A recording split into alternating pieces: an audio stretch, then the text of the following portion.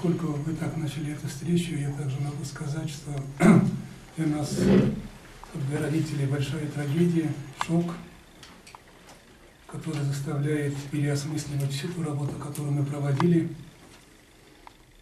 Прежде всего, хотел бы сказать, какие бы слова здесь сегодня не звучали, вина университета, она здесь явно присутствует, потому что результат оценивается, а не метод. Мы можем сегодня сколько угодно говорить о том, как хорошо мы работаем, но Ильнура нам не вернуть, и я вот сегодня официально, место не знаю, попросил прощения у родителей за то, что мы не смогли сберечь жизнь этого молодого человека. В течение нескольких дней, уже почти неделя, как мы находимся вот в режиме такого жуткого психологического состояния, другого слова не подберешь. Но поскольку эта встреча и формат встречи предполагает, нужно знакомить с нашими сотрудниками, здесь проректор по воспитанию Кайса Ханифовна Хайруллина, декан факультета башкирской филологии Венер Абдульманович Шаяхметов, проректор по хозяйственной работе Трусов Сергей Викторович, зав. Отделом исправительной работы Радик Зинатович Илбаев, заведующим директор студгородка Балехин Максим Владимирович, директор профсоюзной организации студентов Марат Иванович Хафизов, декан факультета физической культуры Кострев Александр Юрьевич, замдекана по воспитанию Черепанов Николай Сергеевич. Ну, меня вы знаете. Служба безопасности Уразметова Елена Николаевна. Куратор группы, да, извини. Куратор группы.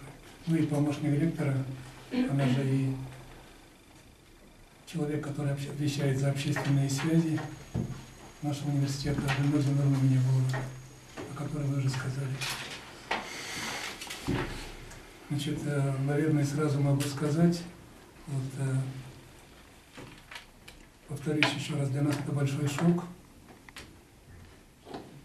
Ни одни слова не оправдывают потерю Ильнура, но мы с первых же дней мы делаем все для того, чтобы действительность проявилась в полной мере, может быть, даже в исключительной мере. Я с момента, когда мы обнаружили Ильнура, сразу обратился к главам администрации районов, чтобы они попросили родителей, во-первых, чтобы приехать к нам. И нужно все посмотреть на месте. Вынужден еще раз повториться, что бы мы ни показывали, к сожалению, Ильнура мы не сможем вернуть. Эта трагедия, она, конечно, перевернула все общественное сознание педуниверситета. В педагогическом вузе такие вещи, я понимаю, что несовместимо, но это произошло, и это наша беда. Когда мы узнали, что Ильнур отправил смс-ку сестре, естественно, сразу это событие заставило нас снять группу студентов, начать поиски работы. Мы обратились к родителям, проинформировали, сами продолжали поиски. Одновременно мы не следственные органы, но в пределах тех норм, которые допускают проводить следствие, мы выяснили, кто виноват в этой ситуации. А виноватым оказался житель Кармаскаленского района, мы сегодня так должны говорить, который вернулся с армии 10 дней назад, до этого события, может быть, чуть больше, десантник. Они встретились со своими одноклассниками. К нашему несчастью, одним из одноклассников оказался Фанис, который проживал в комнате вот с нашим Ильнуром. По тем сведениям, которые мы располагаем сегодня, вот в разговоре с ребятами, которые проживают в этой комнате, мы сами, значит, они оказались, естественно, они отметили по русской традиции, они поздно вечером спохватились, где переночевать. Фанис пригласил, наш студент третьего курса, пригласил его сюда. Они были у вахтера, вахтер их не пустил, после которого они отвлекли вахтера, и они забежали в комнату. Оказались в комнате, вот где Ильнур находился.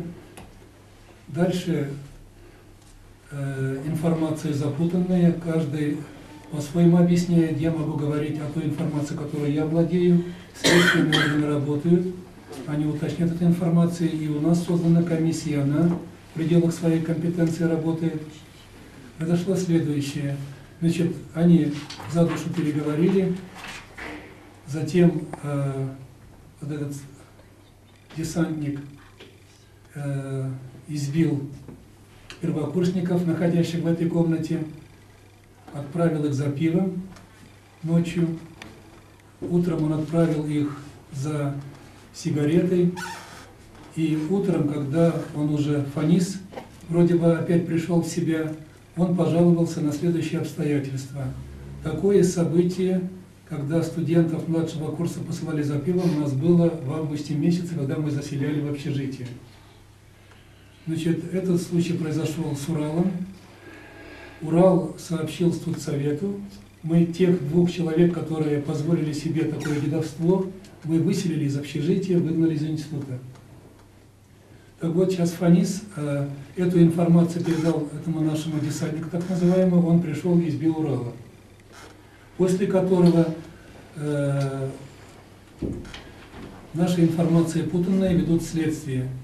Я здесь не могу дальше говорить, потому что одни утверждают, что Ильнур ушел из комнаты, другие утверждают другое. Я не могу, вот сейчас не следственные органы ведутся.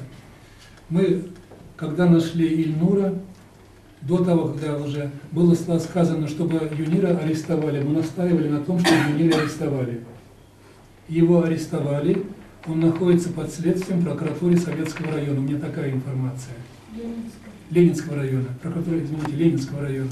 Он находится там. Что касается остальных ребят, мы пригласили всех жителей этой комнаты. В этой комнате оказался еще один первокурсник, и оказался тоже первокурсник Денис, который отслужил в армии. Денис, который отслужил в армии. Вот. Затем был приглашен этот же Фанис. Но Фанис, мы знаем, что у него были нарушения с правилам проживания. Он жил в общежитии с предупреждением, но не за нарушение правил общежития, у него академическая успеваемость недостойная была. Но, насколько я информирован, мама завуч школы неоднократно просила пожалеть его сына, чтобы он проучился. И наша вина в том, что официальных нормативов выгнать из института его нет. Но факты нарушения академической успеваемости были. Переговорили с Фанисом, и после этого события мы Фаниса исключили. Официальный повод, к сожалению, вот мы начинаем искать причину, за что можно его исключить, и оказываемся перед юридической патовой ситуации. Пока они причину сами не находят. Пока они сами не находят, но и вот если честно, мы и Фаниса по юридическим основам выгнать не можем. Почему? Для того, чтобы выгнать его, нужно медицинское свидетельство того, что он был пьян. По нашей просьбе правоохранительные органы такое свидетельство не провели. Почему? Положение следствия говорит, спрашивается у студента: ты хочешь пройти освидетельствование? Он говорит: нет. И закон говорит, что следствие проводить не можем. Но у нас есть акты свидетелей, на основании этих актов я его исключил из рядов студентов. Но сегодня он с родителями находится здесь, они будут подавать иск на меня за то, что я Фаниса исключил незаконно.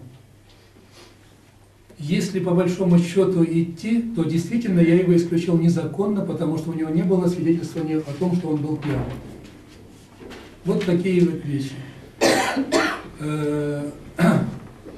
По нашему настоянию мы Юнира привезли, посадили, и он сидит. свидетельство проходит. Вмешиваться в эти процессы, это не наша норма, мы не имеем права, вы знаете. Но мы каждый раз контролируем и создаем общественное мнение, что находится на контроле.